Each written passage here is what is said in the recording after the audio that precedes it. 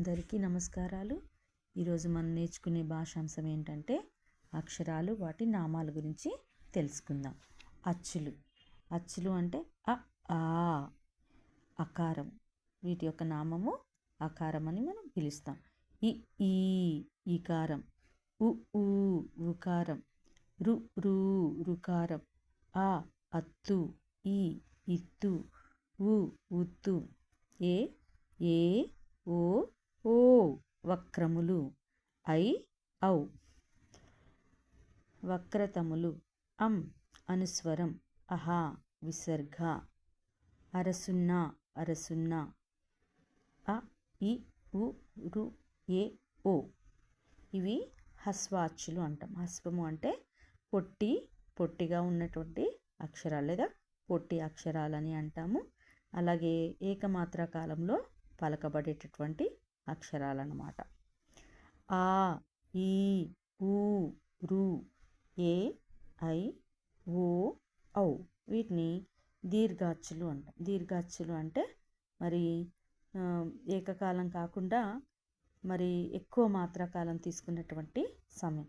వీటిని దీర్ఘ అక్షరాలని కూడా మనం చెప్పుకోవచ్చు. అలాగే హల్లులు, వాటి నామాల గురించి కూడా తెలుసుకుందాం. హల్లులు. క, చ, ట, త, ప పరుషాలు లేదా వర్గ ప్రథమాక్షరాలు అని అంటాం. నెక్స్ట్ గ, జ, డ, ద, బ సరళాలు లేదా వర్గ తృతీయ అక్షరాలు.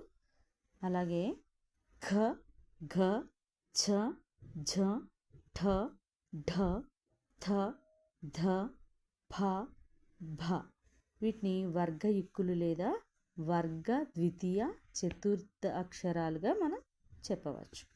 నెక్స్ట్ ఇని, అణ, న, మ అనునాసికాలు లేదా వర్గ పంచమాక్షరాలుగా చెప్పొచ్చు. కా నుంచి మా వరకు వర్గములు అని అంటాం. యా, రా, లా, అళ, వ వీటిని అంతస్తములు అని అంటాం. షే, ష, స, హ వీటిని ఉష్మాలు అంటే ఊది పలికేవన్నమాట. బండిరాని శకటరేఫ అని అంటాం.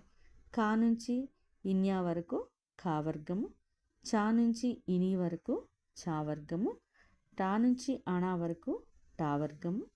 తా నుంచి నా వరకు తావర్గము. పా నుంచి మా వరకు ఉన్న అక్షరాలని పావర్గము అని అంటాం. కాటు బండిరా వరకు ఉన్న వాటిని ప్రాణులు అని అంటాం. ఇవి వాటిని పేర్లను గురించి మనం తెలుసుకున్నాం కదా. ధన్యవాదాలు.